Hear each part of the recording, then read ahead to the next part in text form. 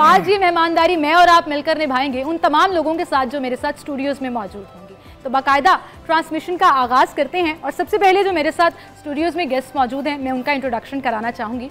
सबसे पहले मैं जिनका इंट्रोडक्शन कराऊँगी, नॉर्मली तो हम ये कहते हैं कि पॉलिटिशियंस हैं और पॉलिटिशियंस का जब जिक्र आता है तो उसमें बहुत सी चीज़ें आ जाती हैं, कुछ प्रोज होती हैं, कुछ कॉन्स होती हैं। और मैं ये कहती हूँ regardless of the party, regardless of the government, जब कोई एक काम अच्छा हो रहा हो और वो अच्छा काम मेरे और आपके लिए हो रहा हो, पाकिस्तान के लिए हो रहा हो, तो उसकी तारीफ़ ज़रूर करनी चाहिए।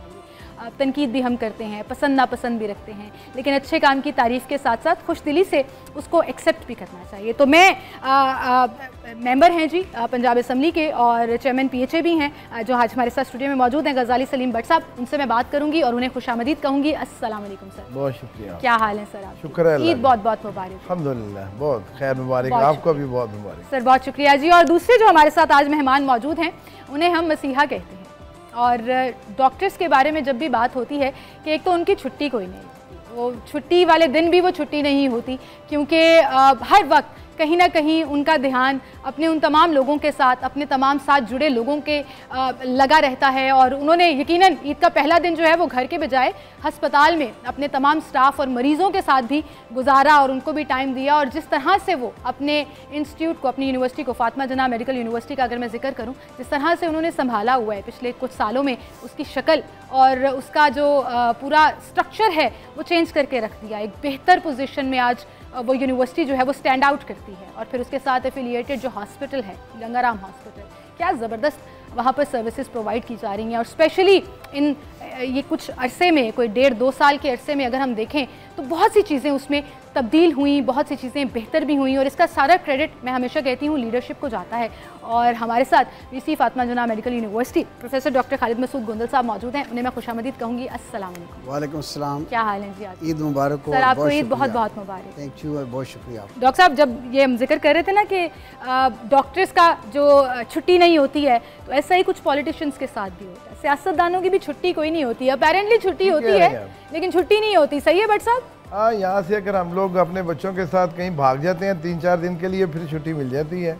अदरवाइज़ अगर आप लाहौर में हैं और अपने ऑफिस में हैं या अपने काम में हैं तो छुट्टी वाला कोई सीन नहीं है। छुट्टी वाला कोई सीन नहीं। तो आपकी भी ईद का पहला दिन ऐसे ही गुजरा होगा? अल्हम्दुलिल्लाह, लोगों से मिलने हैं, लोगों से, मेरे हल्के के लोग आए, लाहौर से लोग आए, मेरे दोस्त अहबाब आए, रिश्तेदार आए, तो सारा दिन वो बड़ा मज़ा आता था। मुझे दोस्त कहते हैं आपकी ईद कैसी गुजरी? मैंने कहा यार पंजाबी में एक कहावत है, अब्बा अब्बा कहने था तो बड़े चंगे रहने था। उन्होंने अब्बा अब्बा को है ही तो फिर अब्बा बन के भी दिखा।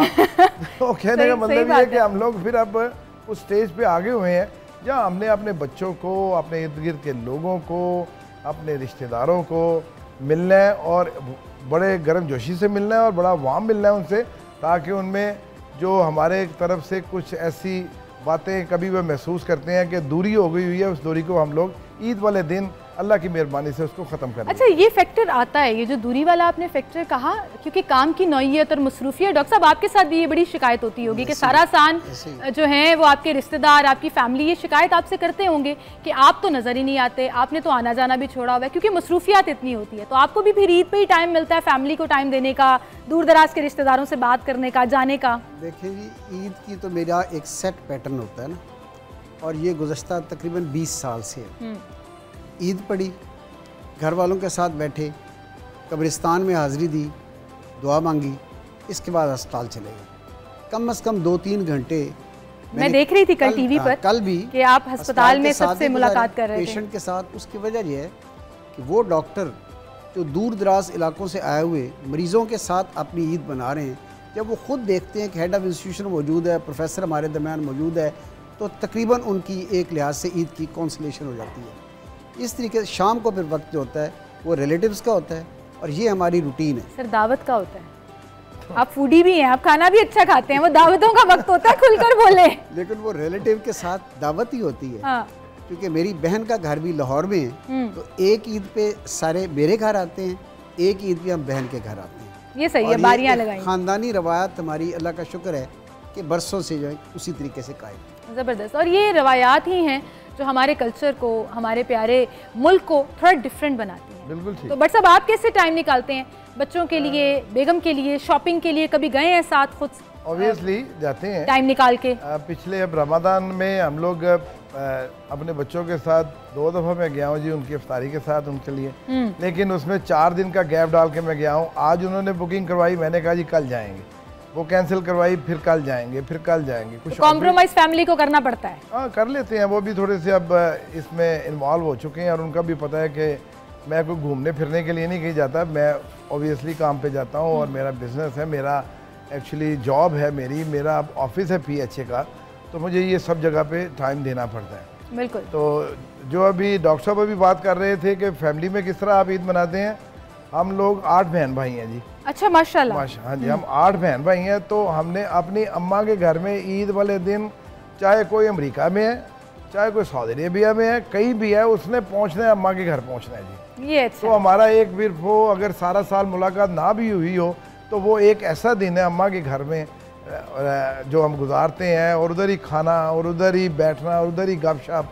और इस तरह बड़ी खूबसूरत एक गुलदस्ता सा बन जाता है और हम लोग मिलकर वो ईद खूबसूरती से मनाते हैं जी। ज़बरदस्त, ज़बरदस्त जी। और यही वो प्यारी प्यारी चीज़ें हैं जो ज़िंदा रहनी चाहिए, और यही वो रवायात है जो हमने अपनी आने वाली नस्लों को भी सिखानी है, जो अब बड़ी फास्ट हैं और गैजेट्स के ऊपर, मोबाइल के ऊपर हमें जो है वो आउटस्टैंड करके बाहर निकल रहे होते हैं और ऐसी ऐसी टेक्निकल बातें कर रहे होते हैं कि आप खुद परेशान हो जाते हैं। लेकिन ये बातें करने का मकसद ये है कि हम अपनी रूट्स को याद रखें, हम अपने बच्चों में वो तमाम तहजीब, कल्चर और तमीज़ बेसिकली मिलने मिलाने की, एक दूसरे को, वो पंजाबी में जैसे अभी आप पंजाबी में कह रहे थे ना, मुंह मत्था लगाने की और रखने की, कि किसी को किस तरह से संभाल रखना है उस रिश्ते को, ये सिखाने की बड़ी ज़रूरत होती है। बहरहाल यहीं से बात का सिलसिला आगे भी बढ़ाएंगे, लेकिन एक छोटी सी ब्रेक लेते हैं, दोबारा हाजिर।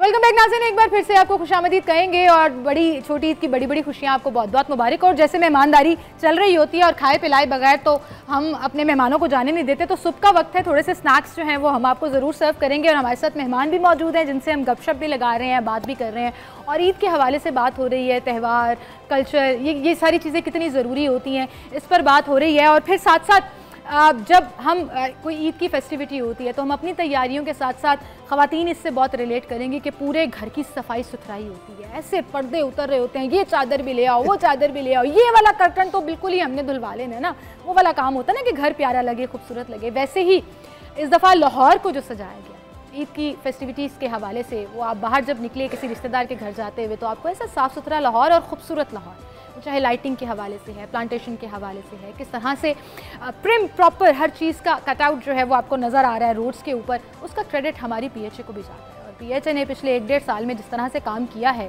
अब यकीन करें कि वो जो हमारी सारी शिकायतें थी ना कुछ साल पहले की, वो सब धुल गई, कि एक्चुअली PHA जो है वो एक्टिव हो गया।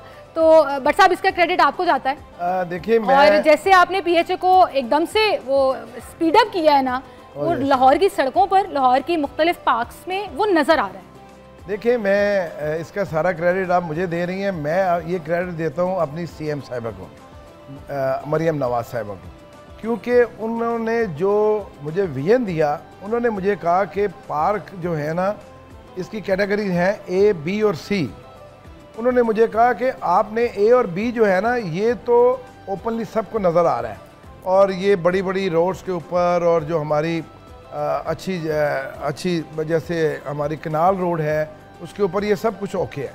आपने, अगर आपका विजन ये होना चाहिए कि आपने C क्लास के जो पार्क है ना, आपने उसके ऊपर तवज्जो देनी है, अवेलेबिलिटी ज़्यादा लोगों के लिए, उनके इलाकों में भी ये खूबसूरती नजर आनी चाहिए। देखिए, एक 5-10 मरले का घर है, उसमें 25-30 लोग रहते हैं, लेकिन उनके पास कोई इस तरह की फैसिलिटी नहीं है, कोई ग्रीन है, उनके पास एरिया नहीं है, कोई छोटा सा पार्क नहीं है। लेकिन ये ज़रूर है कि हर उस जगह के ऊपर जहाँ एक मोहल्ला है ना, तो कहीं ना कुछ 10 मरले, एक कनाल की एक जगह जो गवर्नमेंट की होती है, वो ग्रीन लैंड है।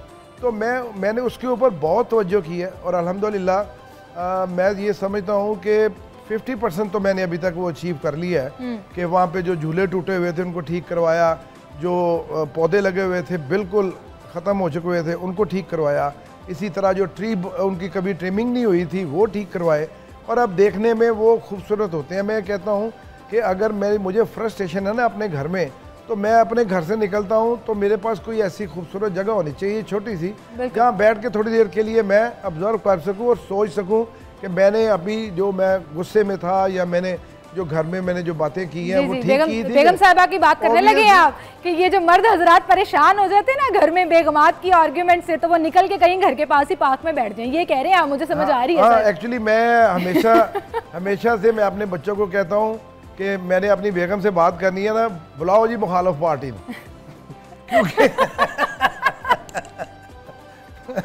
लेकिन ये कोई बात नहीं सर, हम भी यही कहते हैं, हम भी अपने मियाओं के बारे में खवातीन यही कहती होंगी, मुखालिफ पार्टी को बुला लो। डॉक्टर साहब आप बताइएगा, ये जो अभी बात हो रही है ज़हनी तनाव और टेंशन, और एक डॉक्टर के लिए ख़ास तौर पर जब हम अपने पब्लिक हॉस्पिटल्स की बात करते हैं जहाँ प्रेशर लोड बहुत ज़्यादा है, जिसको ठीक नहीं किया जा सकता लेकिन उतनी ही फैसिलिटीज़ दी जा सकती हैं, जिस तरह से कुछ अरसे में आपकी लीडरशिप में, अभी लीडरशिप का जिक्र हो रहा था, गंगाराम हॉस्पिटल ने अपनी कैपेसिटी बढ़ाई है। वो जो पेशेंट लोड जितना था उसको इस तरह से मैनेज किया है कि अब वो उस तरह फील नहीं होता, वो हैवी है। अभी बाकी हॉस्पिटल्स में हमें भी बड़ी शिकायतें हैं। तो ये सारी चीज़ें, मेंटल प्रेशर और चीज़ें, ये आंखों की ठंडक से ठीक होती हैं? थोड़ा कुछ रिलैक्सेशन मिलती है? पहले तो ये बताइए। देखिए, ये होता है कि आप जो काम कर रहे हैं इसमें आपकी नीयत क्या है, इसका आउटकम क्या है। ये जो हमारा प्रोफेशन है ना, इसको मसीहाई प्रोफेशन नाम दिया गया, ये पैगंबरों वाला प्रोफेशन है ना, और इस प्रोफेशन के ज़रिए आप दुनिया भी कमा सकते हैं, आखिरत भी कमा सकते हैं। मैं इसमें एक ऐड करूँगा, मैं ये ऐड करता हूँ ऑलवेज इन लोगों के लिए, डॉक्टर्स के लिए, कि ये अल्लाह के मुंतखब लोगों में से होते हैं जो दीन, दुनिया और आखिरत सब कुछ कमा सकते हैं। और ऐसे लोग खास तौर पर मैं सर के मुंह पे कह रही हूँ, अब यकीन करें कि कोई भी इनके कमरे में जाकर इनको अप्रोच कर सकता है, इनसे बात कर सकता है, और ये वो अफसर शाही वाला एटीट्यूड नहीं है कि पहले पीआरओ के कमरे में 10 घंटे इंतजार कराएं, बिल्कुल नहीं। और आप यकीन करें विदाउट रेफरेंस लोग जो हैं सर आपको बड़ी दुआएं देते हैं आपके कंडक्ट के ऊपर। ये उन लोगों की मेहरबानी। लेकिन मैं ये समझता हूँ कि जब आप पेशेंट का रश हो या एक्सटेंशन ऑफ वर्क हो रहा हो और आपके जहन में ये हो कि यार ये दुखी इंसानियत कहाँ से आई है और इनके हाथ उठेंगे और कोई दुआ आसमान पे चलेगी, आपकी दुनिया बन गई, आपकी आखिरत बन गई, ये जो कंटेंटमेंट है ना, ये जितनी भी मसरूफियत हो ये उसको काउंटर करती है, आपको सुकून दिलाती है। और जहाँ तक गंगाराम का ताल्लुक है, इस अस्पताल में पहले 1000 बेड की कैपेसिटी थी, अब 550 हमने ऐड कराया ना एमसीएच की तरफ। और अल्लाह के फजल करम से गायनी समेत तमाम शोबों में स्टेट ऑफ आर्ट फैसिलिटीज़ हैं। गायनी में अपने 4 नई सब स्पेशलिटी हम लेके आए, और मैं इन पे ख़ास तौर पे अपनी जो करंट गवर्नमेंट है इनको इस लिहाज से अप्रिशिएट करना चाहूँगा कि हमारी सीएम साहिबा का हेल्थ के लिए एक पैशन है, और दोनों जो हमारे मिनिस्टर हैं ख्वाजा इमरान नज़ीर साहब और सलमान रफ़ीक साहब, ये भी दिन रात लगे रहते हैं ना। और सबसे बड़ी बात यह है कि हमारा ये बहुत बड़ा प्रोजेक्ट था ना, गवर्नमेंट चेंज होती रहती है, जब गवर्नमेंट चेंज होती हैं तो पिछली गवर्नमेंट के प्रोजेक्ट को आम तौर पे वो डिसओन करती है, लेकिन this is the credit of current government कि जो प्रोजेक्ट कंटिन्यूड थे उनको ओन किया, फाइनेंसेस हमें मिले, और अल्लाह का शुक्र है कि इस वक्त क्वालिटी के साथ सर्विस प्रोवाइड कर रहा है गंगाराम। ज़बरदस्त जी। सर मैं एक शो कर रही थी एक अस्पताल की पार्किंग में जहाँ शिकायतें बहुत ज़्यादा आ रही थी मुख्तलिफ़ चीज़ों की, तो वहाँ एक खातून ने रो के मुझसे, मुझे लगा कि परेशान है, वो रो रही है। मुझे बाद में पता लगा जब मैंने उससे बात की तो वो खुशी के आंसू थे कि इस हुकूमत ने मुझे घर में दवाई पहुँचाई है और मेरी शुगर का इलाज भी हो रहा है। और मैंने फिर फ़ोन आंदा थी, वो मुझे कहती हैं कि दवाई पहुंच गई माँ जी, तो मैं सिर्फ शुक्रिया कहना चाहनी है। और आप यकीन करें उनका कोई इशू था जो वहाँ पे सॉर्ट आउट नहीं हो रहा था, तो मुझे सीएम हाउस से फ़ोन आया उस क्लिप के बाद कि आप इस खातून का कॉन्टैक्ट नंबर दें, we want to do something for that. तो ये जो अप्रोच लोगों के लिए आसान बना देते हैं ना, और अवेलेबिलिटी, ये बड़ी मैटर करती है। बहरहाल यहीं से हम बात का सिलसिला आगे बढ़ाएंगे, एक छोटी सी ब्रेक की तरफ जाना है, दोबारा हाजिर।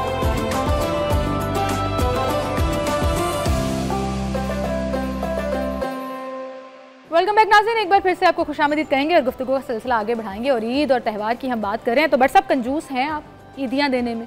नहीं, ये सबसे फेवरेट सवाल होता है मेरा। नहीं, कभी भी नहीं, कभी भी नहीं, क्योंकि मुझे पता है कि ईद का देखिए, जब आप अपने बचपन को याद रखेंगे ना, तो फिर आप जो वो आपके जो बच्चे होंगे, आपके भतीजे, आपके दोस्तों के बच्चे, वो जो मिलने वाले आपकी बहनों के बच्चे, फिर आपका खुद दिल करेगा कि आप ऑटोमेटिकली। बचपन में कितनी ईदी मिलती थी हमें? हाँ, देखिए बस इतनी मिलती थी जितनी मेरी अम्मा कहती थी, पहले खर्च करके आ तो फिर आगे हो रहा है जी। यानी नहीं, तो वो करारा सा नोट कौन से कलर का होता था? वो 5 रुपए का होता था या 10 रुपए का? 10 रुपए का होता था। वो ब्राउन कलर का एक बड़ा सा नोट होता था, लेकिन वो भी मेरी अम्मा फिर ले लेती थी अम्मा कहती थी कि ये इसमें से 5 ले, पहले ये खर्च।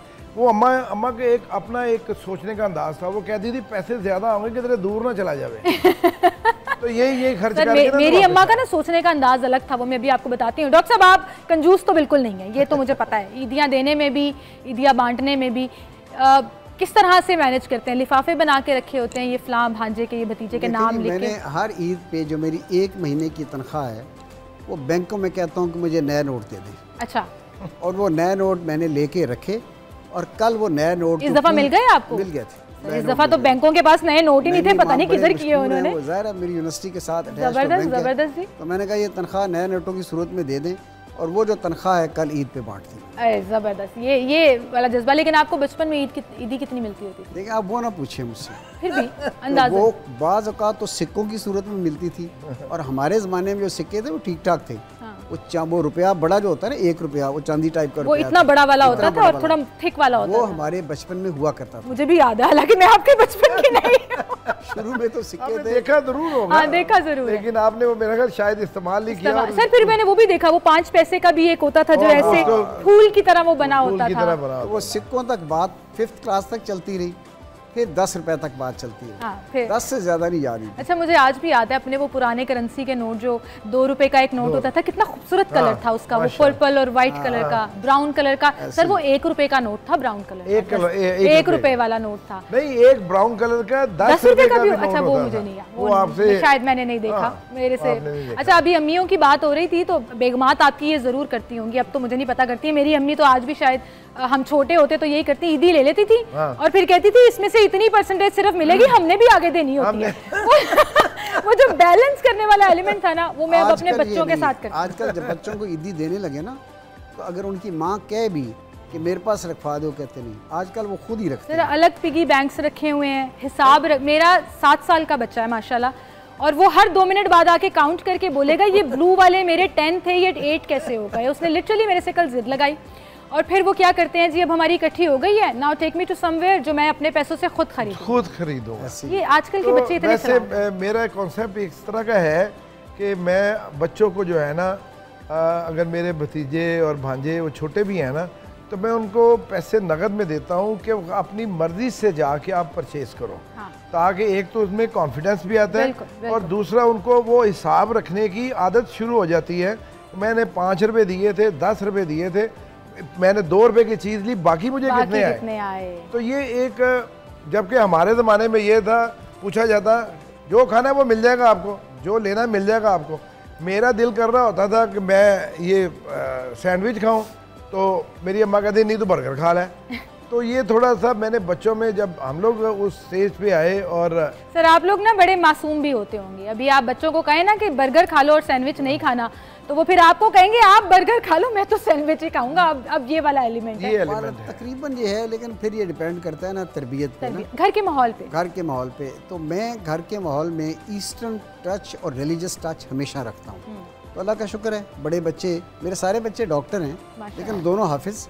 और रमज़ान मुबारक में अब 18 साल हो गए हैं कि बेटा सुन रहा है या सुना रहा है। माशाअल्लाह। तरावियाँ पूरी कुरान पाक पढ़ाते हैं, मुझे पता है। और बड़ी एक खुशी की बात, जब मैंने 3-4 दिन पहले तकमील कुरान की थी अपना मजलिस, और उस पर सारे लाहौर के हेड्स ऑफ इंस्टीट्यूशन थे, सारे प्रोफेसर थे, वहाँ दुआ की गई। तो आपको ना एक फीलिंग होती है कि यार ये औलाद आपकी तरबियत इस अंदाज में हो रही है कि आपके जाने के बाद एक सदका जारिया। तो ये तरबियत पे बड़ा डिपेंड करता है। बिल्कुल सही बात है। देखिए, मैं ये समझता हूँ कि डॉक्टर साहब की बात ठीक है। हर मुसलमान बेटी और बेटे को चाहिए कि वो जो हमारे जो पहले मामला था ना, जिस तरह जमात करानी, अब मैं खुद जमात कराता हूँ। मैं खुदा न करे कोई ऐसा काम हो जाए, मैं नमाज जनाजा भी पढ़ा लेता हूँ, मैं ख़त्म भी पढ़ा लेता हूँ। हम लोग जब मौलवियों के ऊपर मुकम्मल डिपेंड करना शुरू कर देते हैं ना, तो ये ठीक नहीं है। बिल्कुल सही कह रहे हैं। ये इस्लाम आपको कहता है कि जमात अगर आप बड़े हो और आपको आती है और अवेलेबिलिटी नहीं है तो आप पढ़ाओ। समझने की बात है, ये समझने की बात और आपको समझाने की भी बात है अपनी औलाद को, अपने खानदान में अपने बच्चों को। एक्चुअली आपसे ट्रांसफर होता है। मैं अब अपने बच्चों को, अब मेरे बच्चे सारे शादीशुदा हैं, ठीक है। मेरी बेटी भी यहाँ से लाहौर यूनिवर्सिटी से पढ़ी हुई है और उसने किया हुआ है, ये मास्टर किया हुआ था उसने ये डिज़ाइनिंग में, ठीक है ना। तो अभी देख रहे होंगे, वो कहेंगी अब्बा को भूल गया मैंने क्या किया, बस सोच सोच के बता रही हैं। नहीं, मेरी एक बेटी है, मैं उसे कैसे भूल सकता हूँ। वो मेरे बेटों से ज़्यादा मुझे अजीज है, इसमें तो कोई दो राय बेटियों का बाप से जो प्यार होता है ये बड़ा ज़बरदस्त होता है। बहरहाल जी, यहीं से गुफ्तगू का सिलसिला आगे बढ़ाएंगे। और भट्ट साहब ने अभी कहा कि ये सैंडविच का जिक्र किया, तो हम ज़रा खाते तो आज़ो भी करते हैं। आप एक छोटी सी ब्रेक लें और फिर दोबारा हम हाजिर होंगे।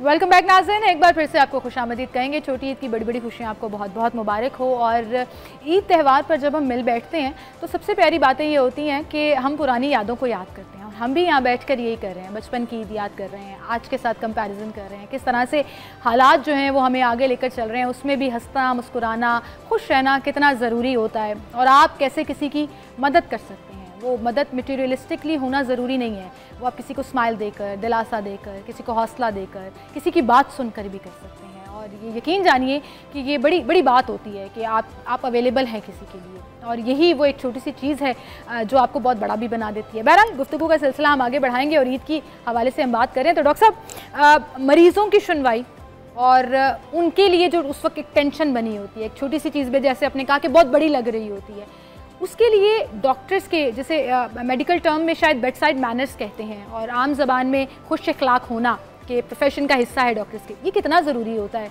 और ईद पे मैंने देखा कि डॉक्टर्स खुद जा रहे हैं, खुद मरीज़ों को ईद मुबारक कहने के बाद उनका हालचाल पूछ के उनका वो कर रहे हैं, तो ये भी एक बड़ी खूबसूरत सी रिवायत है। जब आउटडोर में मरीज़ आता है ना या कोई, तो आप पूछते हैं कि अम्मा जी आपका क्या हाल है, आपका आई टू आई कॉन्टैक्ट है, आपकी बॉडी लैंग्वेज में सिंपैथी एम्पैथी है, तो आधी बीमारी वैसे ही ठीक हो जाती है। सही बात है। और ईद पे हमारी एक रेगुलर रूटीन है कि मरीज़ों को भी उसी अंदाज में जाके ईद मिलते हैं, कभी ईदी देते हैं, कभी कोई गिफ्ट देते हैं, तो पेशेंट भी फील करते हैं कि नहीं अस्पताल में एक घर वाला माहौल है, डॉक्टर भी उसी अंदाज में।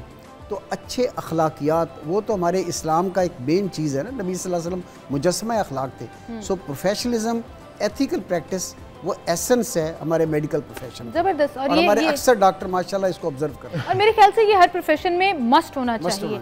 एक खुश अखलाक पॉलिटिशियन, एक सादा ज़बान और कल्चरल पॉलिटिशियन जो है उसको भी लोग बड़ा पसंद करते हैं, उसकी पार्टी को नापसंद करने वाले लोग भी तारीफ़ कर रहे होते हैं। मतलब अपनी पर्सनालिटी जो है वो आपकी एथिक्स, आपकी अखलाकियात से बहुत ज़्यादा नुमायाँ होती है और ये बड़ा मैटर करता है। हर सियासतदान का एक खुश अखलाक होना कितना ज़रूरी है। मैं समझता हूँ जितना खाना खाना ज़रूरी है, जितना हवा लेना ज़रूरी है, उतना ही आपको एटीट्यूड का बड़ा इम्पैक्ट, एटीट्यूड जो है वो बड़ा ज़बरदस्त होना चाहिए। हाँ। और ख़ास तौर पर जब आप, जिस तरह मेरा हल्का है वो थोड़ा सा बैकवर्ड है, और अभी इस सीज़न में मुझे तकरीबन 3 अरब रुपया दिया है बीबी साहिबा ने, मरियम नवाज साहिबा ने, कि मैं अपने हल्के की हालात को संवार दूँ। क्यों दिया है? उनको पता है कि मैं एक ईमानदार और दयानतदार आदमी हूँ, इसलिए कि मेरी इस बात की गवाही मेरा सारा हल्का और सारे मेरे मिलने वाले दोस्त देते हैं।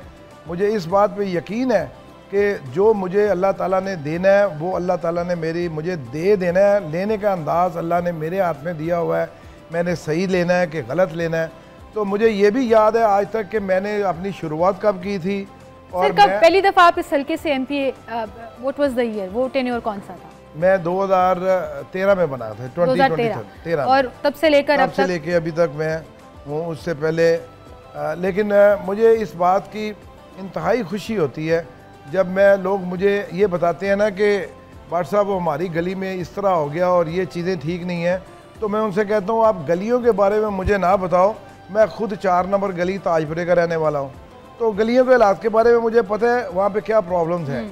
मैं ये समझता हूँ कि जो इस दफ़ा इनिशिएटिव हमारी CM साहबा ने लिया है, बिल्कुल आपको लाहौर में कहीं गंद नज़र नहीं आएगा, कहीं आपको टूटी हुई गलियाँ और बिखरे हुए, और अगर नजर आएगा तो उसका फौरन नोटिस भी लिया जाता है। ये अच्छी बात है। सर एंड पे एक मैसेज आपकी तरफ से भी और आपकी तरफ से भी ईद के हवाले से लाहौरियों को आप क्या कहना हैं? देखिए जी, मैं ये समझता हूँ कि ईद बड़ी ही ढेर सारी खुशी का मौका है, लेकिन अपने इर्द गिर्द और अपने उन लोगों को जो आपके इर्द गिर्द रहते हैं और उनकी हैसियत उतनी नहीं है, और आप ज़्यादा से ज़्यादा अपने हिस्से का उनमें बांटे। बिल्कुल, आप तो रोज़ खा लेते हैं, आप तो रोज़ वो कुछ करते हैं, तो उनके लिए उनका ख्याल उसके लिए मैं एक ये ज़रूर कहूँगा, मैं खुद भी और हम लोग आपस में मिलकर एक ईद पैकेज के हवाले से, ये आज से मैं इसलिए थोड़ा सा डिले हुआ, बिल्कुल ठीक सर, शुरू किया होता है और हम लोग लोगों के घरों में पहुंचवाते हैं कि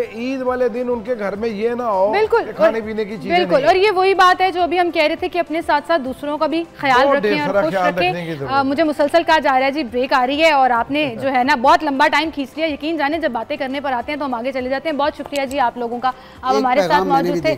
जी सर बिल्कुल शॉर्ट क्योंकि कट हो जाएगा। जी जी, एक चीज़ तो बता दी गई कि खुशियों का दिन है और खुशियाँ बांटने का है। बिल्कुल। सेकंड, जो हमारे घरों से दूर लोग हैं, डॉक्टर्स जो ड्यूटी पे हैं और हमारे बॉर्डर्स पे उनको भी याद है, सिक्योरिटी फोर्सेस इस वक्त बॉर्डर्स की हिफाजत कर रहे हैं, उनको ईद मुबारक और शोहदा के खानदान को भी हमें याद रखना है। इसी के साथ एक ब्रेक लेते हैं और कुछ ही देर में दोबारा हाजिर होंगे। हमारे साथ रहिए।